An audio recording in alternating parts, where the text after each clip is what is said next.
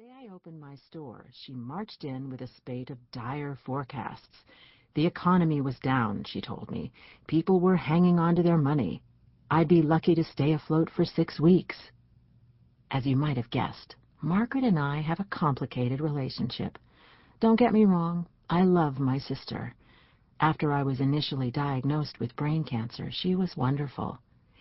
It was when I went through the second bout of cancer that Margaret's attitude changed.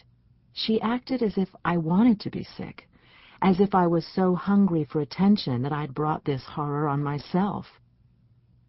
When I took my first struggling steps toward independence, I'd hoped she'd support my efforts. Instead, all I got was discouragement. But over time that changed, and eventually all my hard work won her over. Margaret, to put it mildly, isn't the warm, spontaneous type. I didn't understand how much she cared about me until I had a third cancer scare just a few months after I opened A Good Yarn. Scare doesn't come close to describing my feelings when Dr. Wilson ordered those frightening, familiar tests. The truth is, I don't think I could have endured the struggle yet again. I'd already decided that if the cancer had returned, I would refuse treatment. I didn't want to die, but once you've lived with the threat of death, it loses its potency. Thankfully, the tests came back negative, and I'm thriving, right along with my yarn store. I mention it now because it was during those weeks that I discovered how deeply my sister loves me. In the last 17 years, I've only seen her cry twice, when Dad died and when Dr. Wilson gave me a clean bill of health. Once I returned to work full-time, Margaret bullied and cajoled me into contacting Brad Getz again. Brad, who drives the UPS truck that makes deliveries to A Good Yarn, is the man I'd started seeing last year. He's divorced and has custody of his 8-year-old son, Cody.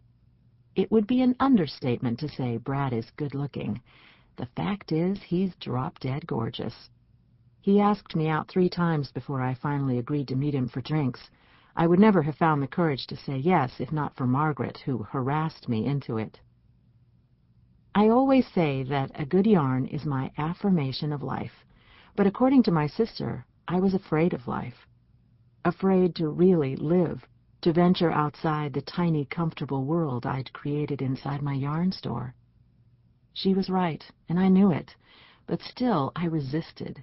But Margaret wouldn't listen to a single excuse, and soon Brad and I were having drinks together, followed by dinners, picnics with Cody, and ball games.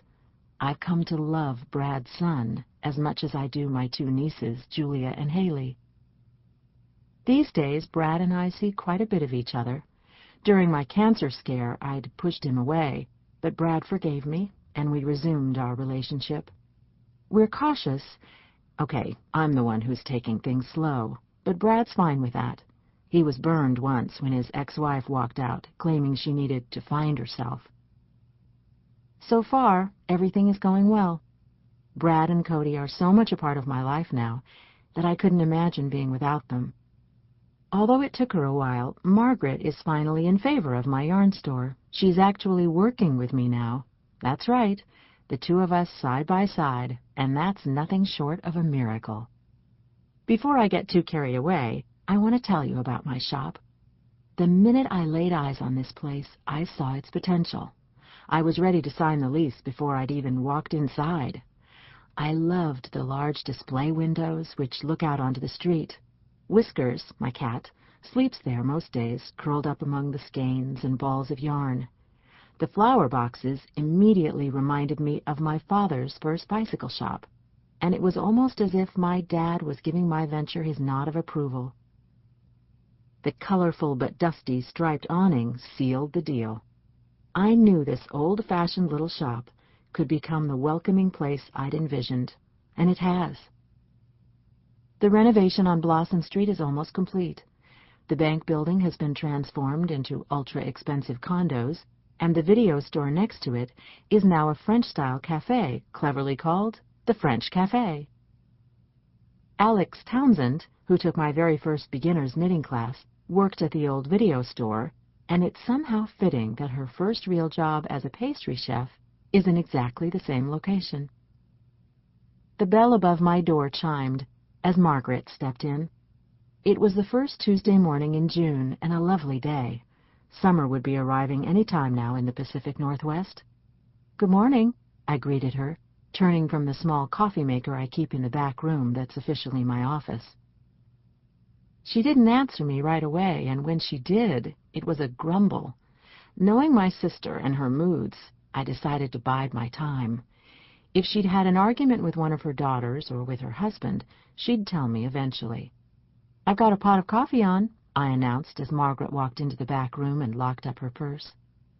Without commenting, my sister pulled a freshly washed cup from the tray and reached for the pot. The drip continued, sizzling against the hot plate, but she didn't appear to notice. Finally, I couldn't stand it any longer. "What's wrong with you?" I demanded. I have to admit I felt impatient. Lately, she's brought her surly moods to work a little too often. Margaret managed a tentative smile. "Nothing, sorry. It's just that this feels a whole lot like a Monday." Because the shop is closed on Mondays, Tuesday is our first workday of the week. My sister is a striking woman, with wide shoulders and thick dark hair. She's tall and lean, but solid. She still looks like the athlete she used to be. "I'm going to post a new class," I said, hoping to draw her out of her dour mood. "In what?" "I'm going to offer a class on knitting socks." Because Tuesday seemed to be my slowest business day, it made sense to hold the sessions then.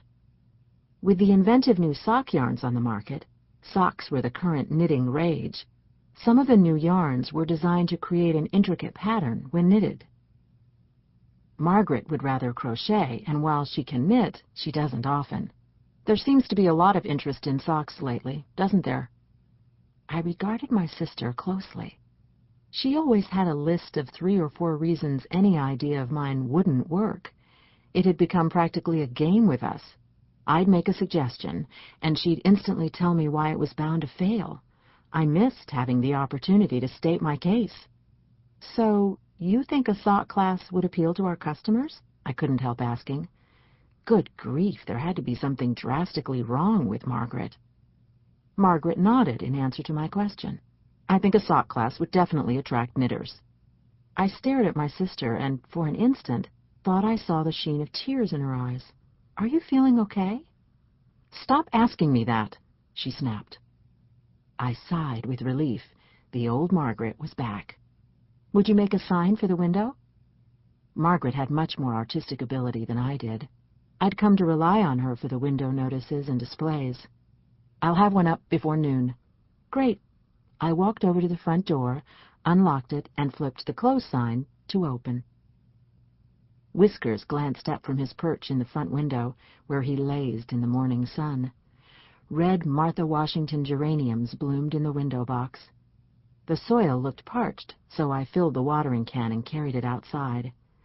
From the corner of my eye, I saw a flash of brown as a truck turned the corner. A familiar happiness stole over me. Brad. Sure enough, he angled the big truck into the parking spot in front of Fanny's Floral, the shop next to mine. He hopped out, all the while smiling at me.